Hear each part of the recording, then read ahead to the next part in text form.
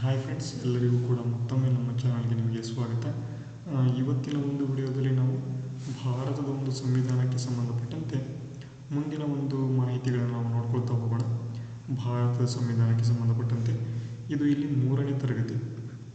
ಎಲ್ಲರಿಗೂ ಕೂಡ ಗೊತ್ತಿದೆ, ನಮ್ಮ ಒಂದು ತರಗತಿಗಳು ಪೊಲೀಸ್ ಕಾನ್ಸ್ಟೇಬಲ್, PSI, ಅದೇ ರೀತಿಯಲ್ಲಿ ಬೇರೆ ಬೇರೆ ಸ್ಪರ್ಧಾತ್ಮಕ ಪರೀಕ್ಷೆಗಳಿಗೆ ಯೂಸ್ಫುಲ್ ಆಗೋ ರೀತಿಯಲ್ಲಿ ತರಗತಿಗಳನ್ನು ನಡೆಸ್ಕೊಳ್ತಾ ಹೋಗ್ತಾ ಇದ್ದೇವೆ.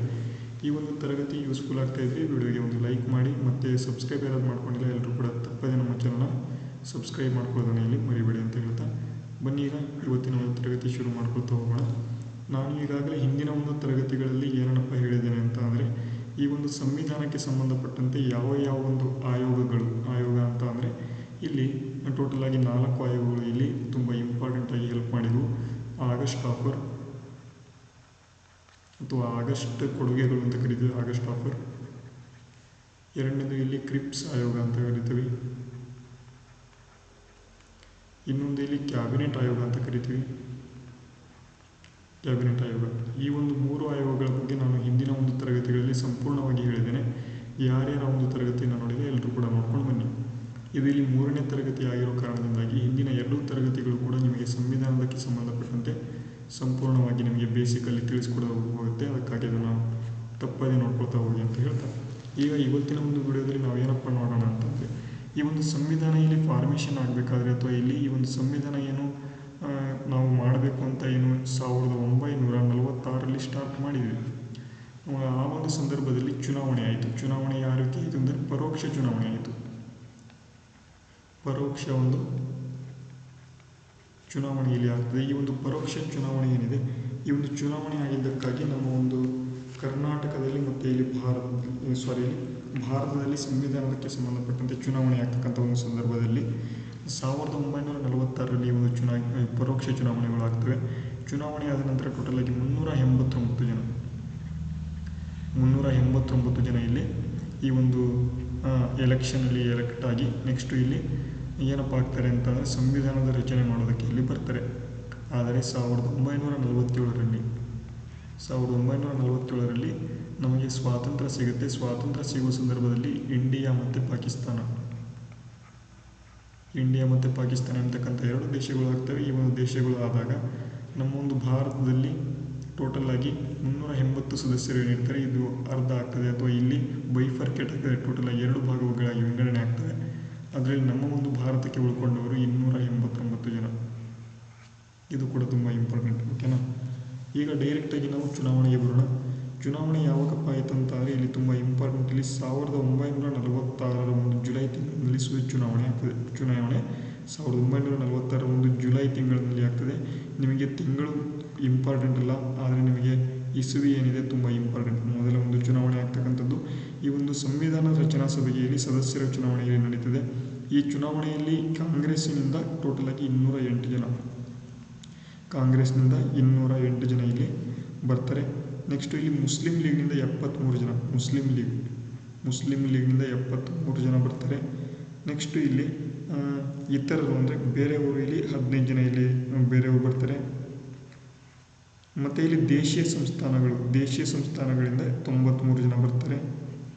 ಟೋಟಲ್ ಆಗಿ ಇವೆಲ್ಲವನ್ನು ಕೂಡ ನೀವು ಪ್ಲಸ್ ಮಾಡಿದ್ರಿ ಅಂತ ಅಂದರೆ ನಿಮಗೆ ಎಷ್ಟಪ್ಪ ಸಿಗುತ್ತೆ ಅಂತ ಅಂದರೆ 389 ಜನ ಇಲ್ಲಿ ಸಿಗ್ತಾರೆ ಈ ಒಂದು ಚುನಾವಣೆಯಲ್ಲಿ. ಈ ಒಂದು ಎಲ್ಲ ಒಂದು ಏನು ಕಾಂಗ್ರೆಸ್ನಿಂದ ಬರ್ತಾರೆ, ಮುಸ್ಲಿಂ ಲೀಗಿಂದ ಬರ್ತಾರೆ, ಇತರರಿಂದ ಬರ್ತಾರೆ ಮತ್ತು ದೇಶೀಯ ಸಂಸ್ಥಾನಗಳಿಂದ ಬರ್ತಾರೆ. ಇಲ್ಲಿ ನಾವು ಬರ್ಕೊಂಡ್ಬಿಡೋಣ ಕಾಂಗ್ರೆಸ್ ಅಂತ. ಈ ಒಂದು PDF ಏನಿರುತ್ತೆ, ಈ ಒಂದು ಸ್ಲೈಡ್ನ ಒಂದು PDF ನಮ್ಮ ಒಂದು ಟೆಲಿಗ್ರಾಮ್ ಚಾನಲಲ್ಲಿ ಫ್ರೀಯಾಗಿ ಸಿಗ್ತದೆ. ಅಲ್ಲಿ ನೀವು ನೋಡ್ಕೋಬೋದು. ನೋಟ್ಸ್ ಬರ್ಕೊಳ್ಳಿಲ್ಲ ಅಂತಂದರೂ ಅದನ್ನು ನೀವು ನೋಡ್ಕೋಬೋದಾಗಿರ್ತದೆ. ಇಲ್ಲಿ 73 ಜನ ಇಲ್ಲಿ ಮುಸ್ಲಿಂ ಲೀಗ್, ನೆಕ್ಸ್ಟು 15 ಜನ ಜನರಲ್ ಅಂತ ಇರ್ತಾರೆ, ಅದರ್ಸ್ ಅಂತ ಕರೆಯೋಣ. ನೆಕ್ಸ್ಟು 93 ಇಲ್ಲಿ ದೇಶೀಯ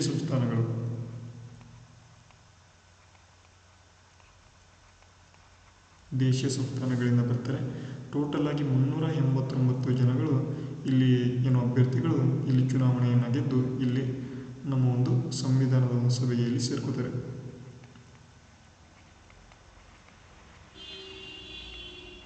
ಸಂವಿಧಾನದ ಒಂದು ಸಭೆಗೆ ಸೇರ್ಕೋತಾರೆ. ಇದು ನಮ್ಮ ಒಂದು ಭಾರತದಲ್ಲಿ ಸಂವಿಧಾನಕ್ಕೆ ಆಗ್ತಕ್ಕಂಥ ಒಂದು ಚುನಾವಣೆ ಬಗ್ಗೆ ಇರತಕ್ಕಂಥ ಒಂದು ಮಾಹಿತಿ. ಆಯಿತಾ. ಈ ಒಂದು ಚುನಾವಣೆ ಏನು ಆಯಿತು, ಚುನಾವಣೆ ಆದ ನಂತರ ನೆಕ್ಸ್ಟ್ ಏನಾಗಬೇಕಪ್ಪ ಅಂತ ಅಂದರೆ ಇಲ್ಲಿ ಸಂವಿಧಾನದ ಒಂದು ರಚನಾ ಸಭೆಗಳು ಅಂತ ನಡೀತವೆ. ಸಂವಿಧಾನದ ರಚನಾ ಸಭೆಗಳು ತುಂಬ ಇಂಪಾರ್ಟೆಂಟು. ಯಾಕಪ್ಪ ಅಂತಾರೆ ಈ ಒಂದು ಸಂವಿಧಾನದಲ್ಲಿ ಯಾವ ರೀತಿ ರಚನೆ ಆಯಿತು, ಯಾರು ಯಾವುದನ್ನು ರಚನೆ ಮಾಡಬೇಕು ಅದಕ್ಕೆ ಸಂಬಂಧಪಟ್ಟಂತೆ ಒಂದು ಸಭೆ ನಡೀತದೆ. ಟೋಟಲ್ ಆಗಿ 2 ಸಭೆಗಳು ನಡೀತವೆ. ಯಾವಾಗ ನಡೀತವೆ ಅದನ್ನು ಕೂಡ ಹೇಳ್ತೇನೆ. ಇಲ್ಲಿ ಮೊದಲ ಸಭೆ ಯಾವಾಗಪ್ಪ ನಡೆಯುತ್ತೆ ಅಂತ ಅಂದರೆ ಮೊದಲ ಸಭೆಯಲ್ಲಿ ನೀವು ನೋಡ್ಬೋದು. ಮೊದಲ ಸಭೆ 1946 ಡಿಸೆಂಬರ್ 9ನೇ ತಾರೀಕು. ಇದನ್ನು ಡೇಟ್ ಕೂಡ ನೆನಪಿಟ್ಕೋಬೇಕು. ಡಿಸೆಂಬರ್ 9, 1946ರಲ್ಲಿ ಸಂವಿಧಾನದ ಮೊದಲ ಸಭೆ ನಡೆಯುತ್ತೆ.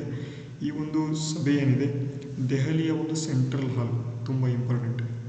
ಇಲ್ಲಿ ಅಂತಂದರೆ ಡೆಲ್ಲಿ ಸೆಂಟ್ರಲ್ ಹಾಲ್. ಈ ಮೊದಲ ಒಂದು ಸಭೆ ನಡೆಯುತ್ತೆ.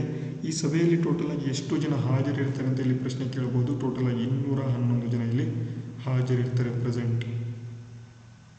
ಇದು ಸಂವಿಧಾನದ ಒಂದು ರಚನೆಯ ಒಂದು ಮೊದಲ ಸಭೆ.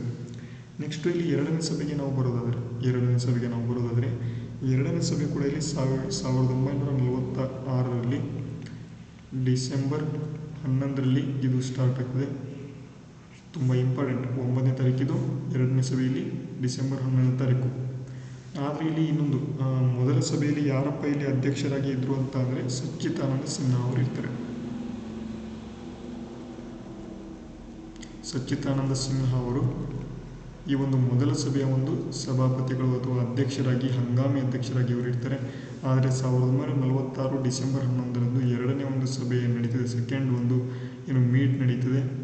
ಈ ಒಂದು ಸಭೆಯಲ್ಲಿ ಈ ಒಂದು ಅಧ್ಯಕ್ಷರು ಚೇಂಜ್ ಆಗ್ತಾರೆ. ಈ ಒಂದು ಸಭೆಯ ಅಧ್ಯಕ್ಷರಾಗಿ ಪ್ರಸ್ತುತ ಡಾಕ್ಟರ್ ಬಾಬು ರಾಜೇಂದ್ರ ಪ್ರಸಾದ್.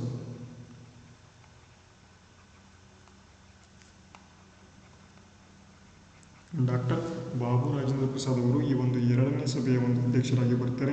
ಜೊತೆಗೆ ಈ ಒಂದು ಸಭೆಯ ಒಂದು ಉಪಾಧ್ಯಕ್ಷರಾಗಿ ಯಾರಪ್ಪ ಬರ್ತಾರೆ ಅಂತ ಅಂದರೆ ಎಚ್ ಸಿ ಮುಖರ್ಜಿ ಅವರು ಉಪಾಧ್ಯಕ್ಷರು, ಇವರು ಅಧ್ಯಕ್ಷರಾಗ್ತಾರೆ. ಉಪಾಧ್ಯಕ್ಷರು ಯಾರಪ್ಪ ಆಗ್ತಾರೆ ಅಂತಂದರೆ ಎಚ್ ಸಿ ಮುಖರ್ಜಿ ಅವರು. ಎಚ್ ಸಿ ಮುಖರ್ಜಿ ಅವರು ಇಲ್ಲಿ ಉಪಾಧ್ಯಕ್ಷರು ಆಗಿ ಇಲ್ಲಿ ಬರ್ತಾರೆ. ಇದು ಕೂಡ ತುಂಬ ಇಂಪಾರ್ಟೆಂಟ್. ಮತ್ತು ಇಲ್ಲಿ ಈ ಒಂದು ಸಭೆಯಲ್ಲಿ ಸಂವಿಧಾನದ ರಚನೆ ಒಂದು ಸಲಹೆಗಾರರಾಗಿ ಯಾರಪ್ಪ ಬರ್ತಾರೆ ಅಂತ BN ರಾವ್ ಅವರು.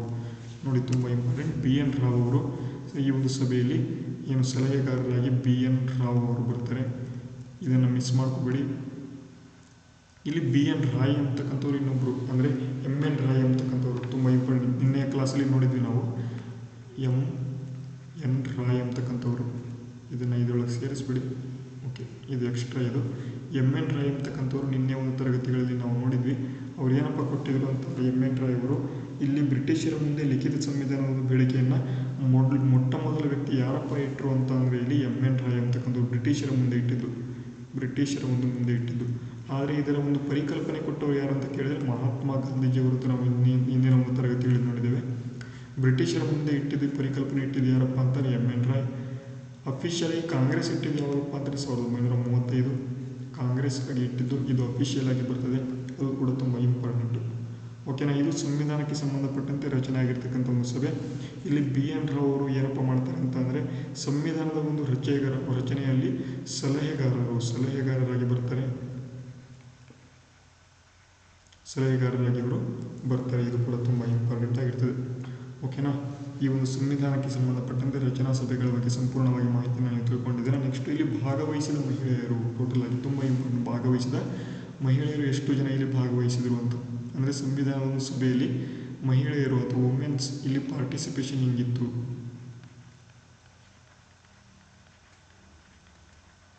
ವುಮೆನ್ಸ್ ಪಾರ್ಟಿಸಿಪೇಷನ್ ಇಲ್ಲಿ ಹೆಂಗಿತ್ತು ಅಂತ ಕೇಳಿದರೆ ಇಲ್ಲಿ ತುಂಬ ಇಂಪಾರ್ಟೆಂಟು. ಯಾರ್ಯಾರು ಒಂದು ಹೆಸರನ್ನು ನೆನಪಿಟ್ಕೋಬೇಕು ಅಂತ ಅಂದರೆ ಸರೋಜಿನಿ ನಾಯ್ಡು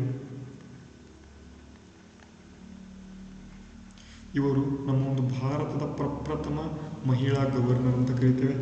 ಸರೋಜಿನಿ ನಾಯ್ಡು ಅವರನ್ನ ಇವರು 1925ರಲ್ಲಿ ಕಾನ್ಪುರದಲ್ಲಿ ನಡೆದಿರ್ತಕ್ಕಂತಹ ಒಂದು ಕಾಂಗ್ರೆಸ್ ಅಧಿವೇಶನದ ಅಧ್ಯಕ್ಷತೆಯನ್ನು ಕೂಡ ಇವರು ವಹಿಸಿದರು. ಅಧ್ಯಕ್ಷತೆಯನ್ನು ಇಲ್ಲಿ ವಹಿಸುತ್ತಾರೆ. ಇವರು 2ನೇ ಮಹಿಳೆ ಆಗಿರ್ತಾರೆ. ಯಾಕೆ ಅಂತ ಅನಿ ಬೆಸೆಂಟ್ ಅವರು 1917ರಲ್ಲಿ ಒಂದು ಏನಪ್ಪ ಅಂತಂದರೆ ಕಾಂಗ್ರೆಸ್ ಅಧಿವೇಶನದ ಒಂದು ಅಧ್ಯಕ್ಷತೆ ವಹಿಸಿರ್ತಾರೆ. ಇವರು ಪ್ರಪ್ರಥಮ ಮಹಿಳೆ ಇವರು. ಆದರೆ ಈ ಒಂದು ಸಭೆ ಎಲ್ಲಿ ನಡೆಯುತ್ತೆ ಎಲ್ಲರೂ ಕೂಡ ನೀವು ಕಮೆಂಟ್ ಬಾಕ್ಸ್ ಮೂಲಕ ಆನ್ಸರ್ ಮಾಡಬೇಕು. ಕಮೆಂಟ್ ಬಾಕ್ಸ್ ಮೂಲಕ ಮೊದಲು ಆನ್ಸರ್ ಮಾಡಿ. ಈ ಒಂದು ಅನಿ ಬೆಸೆಂಟ್ ಅವರು ಈ ಒಂದು 1917ರಲ್ಲಿ ಏನು ಕಾಂಗ್ರೆಸ್ನ ಒಂದು ಅಧ್ಯಕ್ಷತೆಯನ್ನು ವಹಿಸ್ತಾರೆ. ಅವರು ಎಲ್ಲಿ ಮೊದಲು ಅಧ್ಯಕ್ಷತೆಯನ್ನು ಎಲ್ಲಿ ವಹಿಸಿದರು ಅಥವಾ ಆ ಒಂದು ಪ್ಲೇಸ್ ಯಾವುದು ಅಂತ ಕಮೆಂಟ್ ಮಾಡಿ. ನೆಕ್ಸ್ಟ್ ಇಲ್ಲಿ ಸರೋಜಿನಿ ನಾಯ್ಡು ಅವರ ಬಗ್ಗೆ ನಾನು ಈಗಾಗಲೇ ಹೇಳಿದ್ದೇನೆ.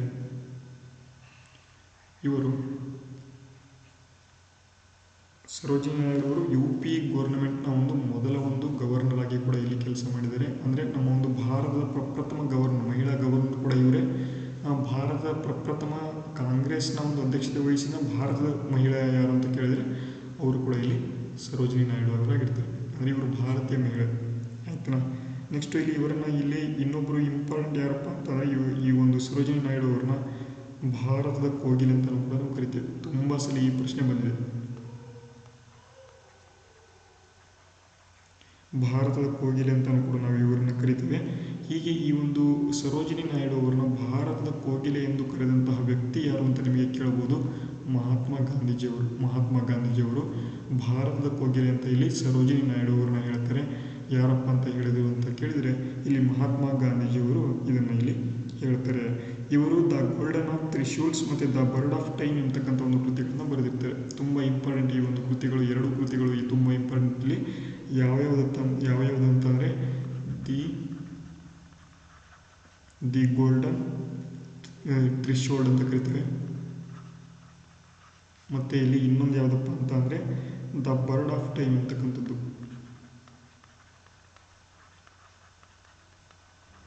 ಈ ಒಂದು 2 ಕೃತಿಗಳನ್ನು ಸರೋಜಿನಿ ನಾಯ್ಡು ಅವರು ಬರೀತಾರೆ. ತುಂಬ ಎಕ್ಸಾಮಲ್ಲಿ ಇದೇ ಪ್ರಶ್ನೆ ಬರ್ತದೆ. ಈ ಒಂದು ಏನು ಕೃತಿಗಳು ಯಾವ್ಯಾವ ಬರೀತಾರೆ ಅಂತ. ದ ಗೋಲ್ಡನ್ ತ್ರಿಶೂಲ್ಡ್ ಮತ್ತು ಇಲ್ಲಿ ದ ಬರ್ಡ್ ಆಫ್ ಟೈಮ್ ಅಂತಕ್ಕಂಥ ಒಂದು 2 ಕೃತಿಗಳನ್ನು ಇವರು ಬರೀತಾರೆ. ನೆಕ್ಸ್ಟ್ ಇನ್ನೊಬ್ಬರು ಮಹಿಳೆ ಯಾರಪ್ಪ ಅಂತ ಅಂದರೆ ಸುಚೇತಾ ಕೃಪಲಾನಿ ಅಂತಕ್ಕಂಥವರು. ಇವರು ಮುಖ್ಯಮಂತ್ರಿಯಾದ ಒಂದು ಮೊದಲ ಮಹಿಳೆ. ಅಂದರೆ ನಮ್ಮ ಒಂದು ಭಾರತದ ಮುಖ್ಯಮಂತ್ರಿಯಾದ ಮೊದಲ ಮಹಿಳೆ ಯಾರಪ್ಪ ಅಂತ ಅಂದರೆ ಸುಚೇತಾ ಕೃಪಲಾನಿ ಅಂತಕ್ಕಂಥವ್ರು. ಸುಚೇತಾ ಕೃಪಲಾನಿ ಭಾರತದ ಪ್ರಪ್ರಥಮ ಒಂದು CM ಅಥವಾ ಚೀಫ್ ಮಿನಿಸ್ಟರ್. ಯಾವ ಒಂದು ರಾಜ್ಯಕ್ಕೆ ಆಗಿದ್ರು? UP ಅಥವಾ ಉತ್ತರ ಪ್ರದೇಶ ರಾಜ್ಯಕ್ಕೆ ಇವರು ಆಗಿದ್ರು. ಇವರು ತುಂಬ ಇಂಪಾರ್ಟೆಂಟು. ನೆಕ್ಸ್ಟ್ ಇನ್ನೊಬ್ಬರು ಮಹಿಳೆ ಇಲ್ಲಿ ವಿಜಯಲಕ್ಷ್ಮಿ ಪಂಡಿತ್ ಅವರ ಒಂದು ಹೆಸರು ಎಲ್ಲರೂ ಕೂಡ ಕೇಳಿರ್ತೀರ.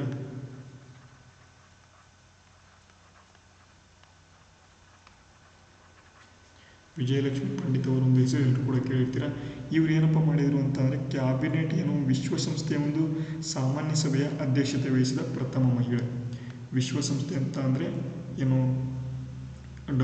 ವಿಶ್ವಸಂಸ್ಥೆ ಇದೆ. ಈ ಒಂದು ವಿಶ್ವಸಂಸ್ಥೆಯ ಪ್ರಪ್ರಥಮ ಮಹಿಳೆ ಜನರಲ್ ಅಸೆಂಬ್ಲಿ ಅಥವಾ ಜನರಲ್ ಸೆಕ್ಯೂರಿಟಿ ಕೌನ್ಸಿಲ್ ಇದೆ, ಜನರಲ್ ಕೌನ್ಸಿಲ್ ಅಂತ. ಈ ಒಂದು ಕೌನ್ಸಿಲ್ನ ಒಂದು ಅಧ್ಯಕ್ಷತೆ ವಹಿಸಿದ ಪ್ರಪ್ರಥಮ ಮಹಿಳೆ. ಅಂದರೆ ಪ್ರಥಮ ಮಹಿಳೆ ಯಾರು ಅಂತ ಕೇಳಿದರೆ ಇಲ್ಲಿ ವಿಜಯಲಕ್ಷ್ಮಿ ಪಂಡಿತ್ ಅವರು. ಇದು ಕೂಡ ತುಂಬ ಇಂಪಾರ್ಟೆಂಟ್. ಇದು ಮಹಿಳೆಯರಿಗೆ ಸಂಬಂಧಪಟ್ಟಂಥ ಒಂದು ಮಾಹಿತಿ. ಈ ಒಂದು ಸಂವಿಧಾನದಲ್ಲಿ ಇರ್ತಕ್ಕಂಥ ಒಂದು ಮಹಿಳೆಯರಿಗೆ ಸಂಬಂಧಪಟ್ಟಂಥ ಮಾಹಿತಿ. ಈ ಒಂದು ವಿಜಯಲಕ್ಷ್ಮಿ ಪಂಡಿತ್ ಅವರು ಯಾವ ವರ್ಷದಲ್ಲಿ ಈ ಒಂದು ಪ್ರಥಮ ಮಹಿಳೆಯಾಗಿ ಸಾಮಾನ್ಯ ಸಭೆಯ ಒಂದು ಅಧ್ಯಕ್ಷತೆಯನ್ನು ವಹಿಸಿದರು ಅಂತ ಕೇಳಿದರೆ 1953ರಲ್ಲಿ. ಓಕೆನಾ. ಇದು ಇವತ್ತಿನ ಒಂದು ಸಂಪೂರ್ಣವಾಗಿ ಸಂವಿಧಾನಕ್ಕೆ ಸಂಬಂಧಪಟ್ಟಂತಹ ಒಂದು ರಚನಾ ಸಮಿತಿಗಳ ಬಗ್ಗೆ ಹೇಳಿದ್ದೇನೆ. ಮತ್ತು ಇಲ್ಲಿ ಚುನಾವಣೆ, ರಚನಾ ಸಮಿತಿಗಳು ಮತ್ತು ಇಲ್ಲಿ ಭಾಗವಹಿಸಿದ ಮಹಿಳೆಯರು, ಇವು 3 ಕೂಡ ನಾನು ಹೇಳಿದ್ದೇನೆ. ಈ ಒಂದು ತರಗತಿ ನಿಮಗೆ ಯೂಸ್ಫುಲ್ ಆಗಿದೆ. ವಿಡಿಯೋಗೆ ಒಂದು ಲೈಕ್ ಮಾಡಿ, ಶೇರ್ ಮಾಡಿ, ಸಬ್ಸ್ಕ್ರೈಬ್ ಯಾರು ಮಾಡ್ಕೊಂಡು ಎಲ್ಲರೂ ಕೂಡ ಸಬ್ಸ್ಕ್ರೈಬ್ ಮಾಡಿ ಅಂತ ಹೇಳ್ತಾ ಇವತ್ತಿನ ವಿಡಿಯೋನಲ್ಲಿ ಮುಗಿಸೋಣ. ಮುಂದಿನ ವಿಡಿಯೋದಲ್ಲಿ ಸಿಗೋಣ. ಅಲ್ಲಿವರೆಗೂ ಜೈ ಹಿಂದ್, ವಂದೇ ಮಾತರಂ. ಈ ಒಂದು PDF ಗಳನ್ನು ನಮ್ಮ ಒಂದು ಟೆಲಿಗ್ರಾಮ್ ಚಾನಲಲ್ಲಿ ಸಿಗುತ್ತೆ, ಅಲ್ಲಿ ನೀವು ತೆಗೆದುಕೊಳ್ಳಬಹುದು.